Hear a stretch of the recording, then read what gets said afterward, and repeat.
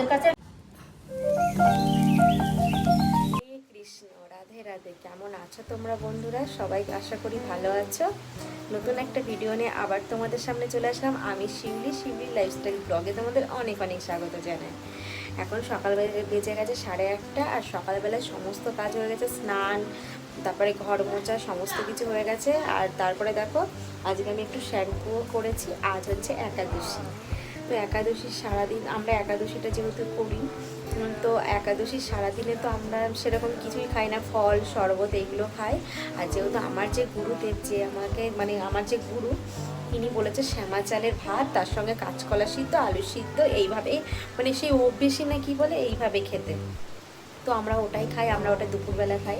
আর সকালবেলা তো খাওয়াই পড়ে না, ঠাকুর ঘরে ঠাকুরের কাজ, গীতা পড়া, এইগুলো করতে করতে সময় চলে যায়।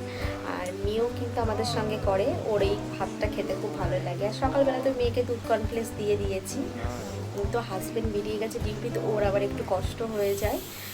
তো মাঝে মধ্যে ও কী হয়, যখন বাড়িতে থাকে তখন একাদশীটা করে, যখন বাড়ি থাকে না তখন আমি নিরামিষ খাবারটা খাই। কিন্তু ও করতে পারে না, আমি করি, কারণ ও তো বাইরে কাজ করে, ও তো কষ্ট হয়ে যায়। তো যাই হোক, আজকে যেহেতু একাদশী ভালো দিন, তার মধ্যে কালকে আমার শ্বশুরমশাই বাৎসরিক কাজ ছিল, ওই জন্য সেই উপলক্ষে আজকে বিকালবেলায় আমাদের বাড়িতে ভাগবত গীতার পাঠ করানো হবে। তো কিছু লোকজন আসবে, যারা ভাগবত গীতা পড়ে তাদের সঙ্গে কিছু লোকজন আসবে। তো এটা আমার শাশুড়ি মায়ের আয়োজন করেছে। তো ওনার সমস্ত কেনাকাটা হয়ে গেছে, ফল বলো, আর একাদশীতে তো আমরা ফল, সাবু, দুধ এইগুলোর ব্যবস্থা করেছি। এবং ওনারা যারা আসছেন গীতা করতে, তারা নিজেরাই একাদশীতে ওই সাবু, ফল এইগুলোই খান। তো ওনাদের জন্য এগুলো আয়োজন করা হয়েছে, সেটা বিকালবেলা থেকে শুরু হবে। তোমরা সাথে থেকো, পাশে থাকো আর দেখতে থাকো, আশা করি তোমাদের ভালো লাগবে। তাহলে চলো পুজোটা সেরে নিই, আর গোপুসোনাকে স্নানটা করিয়ে দেবো। গোপুসোনাকে স্নান করিয়ে দিয়েছি, সমস্ত কাজ কমপ্লিট হয়ে গেছে। ঠাকুর ঘরে তো আমার পুজো দেওয়া কমপ্লিট। আর আমার গোপুসোনাকে দেখো সুন্দর করে ফুল দিয়েও সাজিয়ে দিয়েছি। তারপরে দেখো এদিকে এই ভাগবত গীতাটা আমার মা আমাকে দিয়েছে। সেই গীতাটা আমি একাদশীতে পড়ি।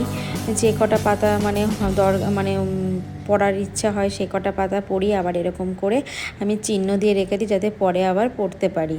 তো এইদিকে আমার ভগবত গীতাটাও পড়া হয়ে গেল। আর এইটা দেখো আমার গুরু মন্ত্র, এইভাবে মানে কৃষ্ণ নাম বা মন্ত্র এইভাবেই পড়তে হয়, এইভাবে হাতে করগুনে। তো এটাই আমি পড়াও হয়ে গেছে আমার। তারপরে দেখো রান্নাঘরে চলে আসলাম। আর এই দেখতে পাচ্ছ শ্যামা চাল, এটা পুরো একদম সুজির দানার মতো দেখতে। এটা কিন্তু কোনো চাল নয়, এটা একটা ঘাস থেকে তৈরি হয়, এই জন্যের নাম হচ্ছে শ্যামা চাল। তো এই চালটা ভিজিয়ে রেখেছিলাম। আর দেখো এখন আমার ভালো করে ধুয়ে নিয়েছি, না হলে না সাদা সাদা ওই জলগুলো বেরায়, তো খুবই নোংরা থাকে। তো আমি চালটাও বসিয়ে দিলাম। তো এই শ্যামা চালটা করতে বেশিক্ষণ টাইম লাগে না, 10 থেকে 15 মিনিটের মধ্যে হয়ে যায়। আর এইদিকে দেখো আমার নিরামিষের কড়াইটাও বার করে নিয়েছি। তো সমস্ত গ্যাস ট্যাস পরিষ্কার করে নিয়েছি। আর এই কড়াইটা কিন্তু নিরামিষের জন্যই আমি ব্যবহার করি। তো এদিকে কিন্তু আলুটাও ভেজে নিচ্ছি, আলু সিদ্ধ আর দিলাম না, একটু আলু ভাজা করব, একটু ঝাল ঝাল করে, আর কিন্তু হলুদ ছাড়া। আর আমরা কিন্তু একাদশীতে লবণও খাই না, আমরা সন্দক লবণ খাই। তো সেই লবণটা দিয়েই আমি দেখো আলুটা ভাজছি। আর এদিকে কিন্তু আমার ভাতটা পুরো মানে হয়েই এসছে, এক্ষুনি নামিয়ে দেবো একটু জলটা শুকিয়ে গেলে। তো এইটা আমার আর আমার মেয়ের মতোই দুপুরে করছি, যেহেতু হাজব্যান্ড বাড়িতে নেই। তো মেয়ে আর আমি দুজনেই খাবো। আর এই প্রসাদটা জানো তো, মানে একটু খেলেই পেটটা ভরে যায়, আর একটুতে অনেকটা হয়ে যায়। তো অল্প খেলে প্রচণ্ড পেট ভরে যায়, আর পেটটা অনেকক্ষণ ভরা থাকে। তো তোমাদের সঙ্গে কথা বলতে বলতে এদিকে আমার শ্যামা চালটা আর আলু ভাজাও রেডি হয়ে গেছে। আর এখন আমি আর মেয়ে দুজনাই খেয়ে নেব। তো এটা কিন্তু ঘি দিয়ে খুবই ভালো লাগে, আর আমি ঘি একদমই খাই না। দুপুরবেলা গোপুর সেবা দিয়ে আমরাও খেয়ে নিলাম, তোমরা দেখতে পারলে। আর এখন একটু শোবো, এখন দুপুর হয়ে গেছে। আবার বিকেলে ওনারা আসবে, তখন তোমাদের সঙ্গে আবার ভিডিওটা শেয়ার করব। ততক্ষণ তোমরা দেখতে থাকো আর আমার পাশে থাকো। তাহলে চলো একটু শুই, আবার তোমাদের সঙ্গে দেখা হচ্ছে। তো বন্ধুরা, আমি কিন্তু রেডি হয়ে গেছে, একটা শাড়িও পরে নিয়েছি। তো এখনই সবাই চলে আসবে।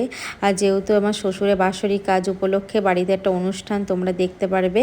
আশা করি তোমাদের ভিডিওটা ভালো লাগবে। তাহলে তোমরা চলো প্রথম থেকে শেষ পর্যন্ত দেখো।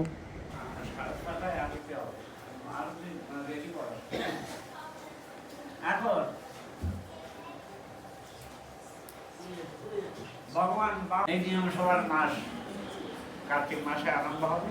এই শ্রাবণ মাস আমার ভক্ত পদ্ধতি থাকে, জীবিত অবস্থায় সেই এই একাদশী ব্রত পালনের সহস্র অসময় যজ্ঞর ফল লাভ করে। আজকে যে একাদশী অসময় যজ্ঞের ফল লাভ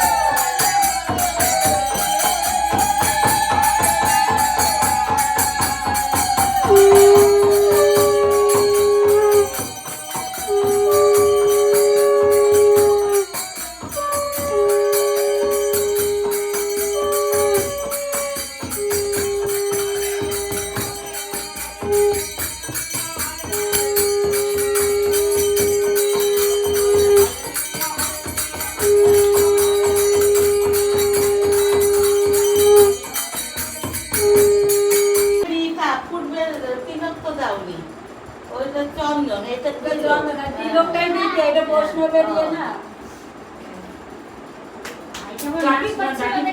হ্যাঁ